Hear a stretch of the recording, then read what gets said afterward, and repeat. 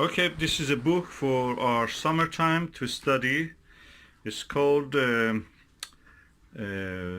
Visual Visual Deep Sky Observation, something like that. And let's open and see what is it anyway. Packed very well. Let's just open this second pack, and there is a third package. So that layer is removed. Now we have a third layer that has to be removed. Oh, Visual Astronomy of the Deep Sky. That's a rare book, and we want to use it for our summertime. And let me just see what can I do. First I will disinfect it a little bit, at least the cover. Okay, I have now disinfected it.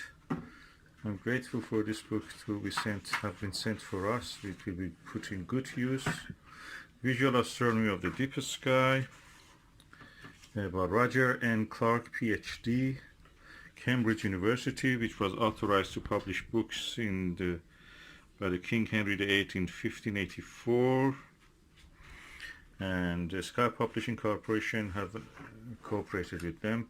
First published in 1990s, and it seems there was no further publication. Probably it was too complicated for many users. This is the book. We go to the contents about this book, The Human Eye, the Eye and the Telescope. So the fainter stars, a star visible in a telescope, making drawings and keeping records, that's all you need.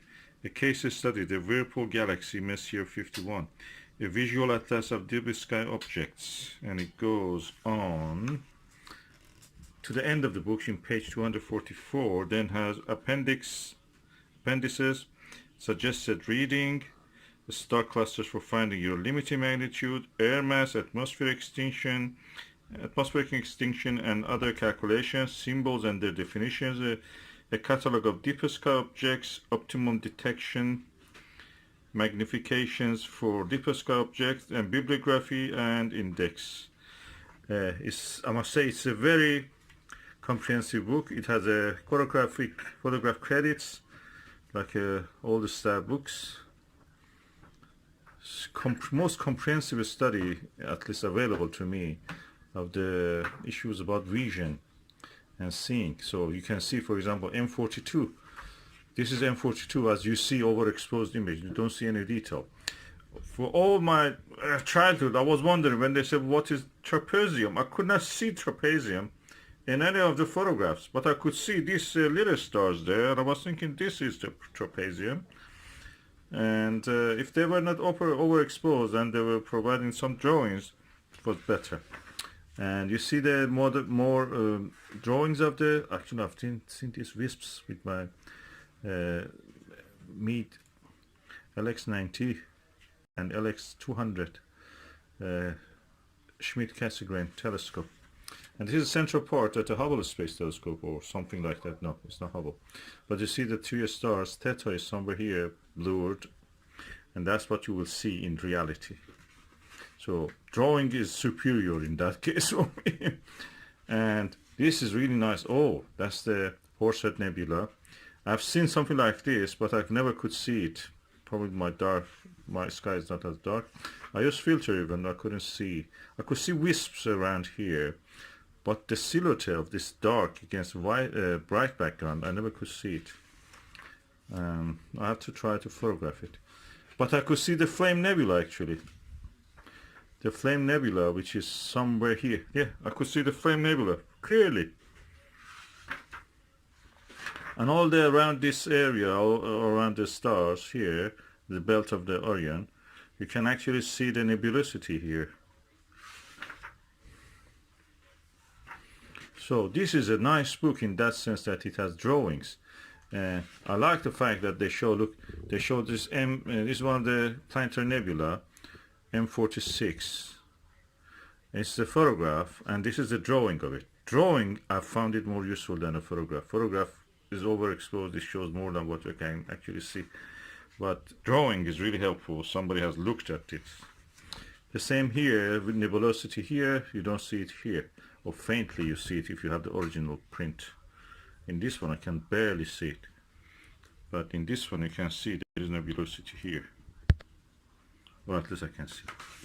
And this is the what you can see, galaxies, faint fuzzies.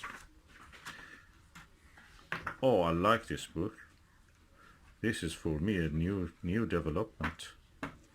I have seen a lot of drawings, but this is the one. Oh, Swan Nebula. Swan Nebula at M17. Oh, that's the book. I think that we will put it at good use. I will use it in the summer. Or even this, yeah, that's what I mean, in the summer camp we are going to use it. And campfire. And in the daylight we can read this. So all the activities. Exciting book. Oh, that was, I saw M31 here somewhere. Was that right? Oh yeah, Andromeda Galaxy. This is what you will see, the hint of the one of the spiral arms. So practically this white area you see is dark practically, and what you see as white, black or gray is actually what is bright. So you can make a reverse so you see it better. That is used with the 8-inch telescope, so looking forward to see that. Oh, I love this book. This is so nice. And totally in this book is, let me see how many pages. That's, I have around 4 or 5 blank pages here at the end. 353. It's not available. I was lucky, and the gentleman who sold it to me was really kind enough to accept the postage. £35 we bought it, but this one, if you can find this out of print for whatever reason, £135 if you can, if you're lucky. There's a few pages of it available online, you can look at it, but the important part, which are these charts, are not there. You can see around 40 pages of this.